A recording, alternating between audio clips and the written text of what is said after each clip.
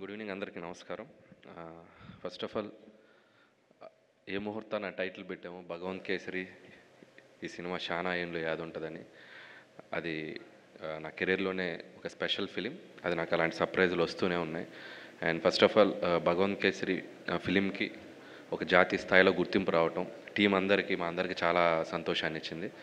And national award కమిటీకి జ్యూరీకి thanks చెప్తూ, అలాగే ఆ సినిమా ప్రొడ్యూస్ చేసిన మా సాహు గారపటి గారికి అండ్ ఆ సినిమాని ఆ పాయింట్ని ఒప్పుకున్న మా బాలయ్య బాబు గారికి థ్యాంక్స్ చెప్తూ, అండ్ ఇక సైమా గురించి మాట్లాడాల్సి వస్తే ఫస్ట్ విష్ణు గారి గురించి మాట్లాడాలి.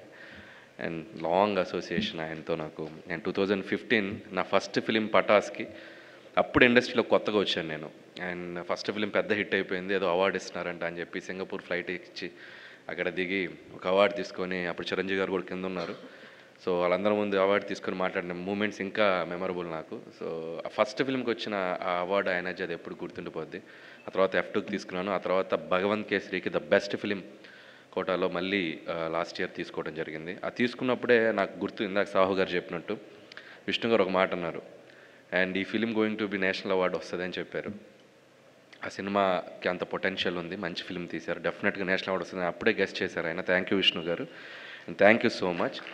అండ్ సైమా అవార్డ్స్కి ఒక స్పెషల్ ఏంటంటే చాలా అథెంటిక్గా, చాలా జెన్యూన్గా, ఎటువంటి ఇది ఇన్ఫ్లుయెన్స్లు ఉండవు. ఒరిజినల్గా సినిమాలో కంటెంట్ని బట్టే వాళ్ళు అవార్డ్స్ ఇస్తూ వస్తుంటారు.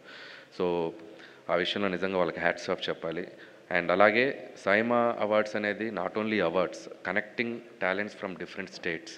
సో అందరూ ఒక డయాస్ మీద, అన్ని లాంగ్వేజెస్ ఒక డయాస్ మీద, అంత డిఫరెంట్ టాలెంట్ ఒక డయాస్ మీద కలవటం, ఒకరికొకరితో మాట్లాడుకోవటం, నాలెడ్జ్ షేరింగ్, క్రియేటివిటీ షేరింగ్, కానీ అది చాలా బ్యూటిఫుల్గా ఉంటుంది ఆ జర్నీ, ఆ 1 or 2 days.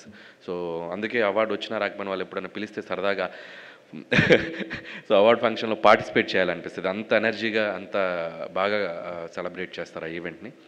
ఇందాక లక్ష్మీ మంచు గారు చెప్పినట్టు it's like very beautiful event. So once again ఈ నెక్స్ట్ ఇయర్ కూడా జరగబోతుంది. అండ్ డెఫినెట్గా ఎవరైతే ఉన్నారో నామినేషన్స్ అందరికీ మంచి మంచి ఫిల్మ్స్కి అవార్డ్స్ రావాలన్న విషయం చెప్తూ, అలాగే నాతో పాటు నేషనల్ అవార్డ్స్ కొట్టేసిన మా రాజేష్కి, కొట్టేసిన అంటే తెచ్చుకున్నా ఏదో మాస్క్ అవార్డు అన్నమాట. అలాగే మన హనుమాన్, అలాగే బ్రదర్ VFX, అండ్ అలాగే రోహిత్ అందరికీ పేరు పేరున థ్యాంక్స్ చెప్తూ బెస్ట్ విషెస్ చెప్తున్నాను. And thank you so much.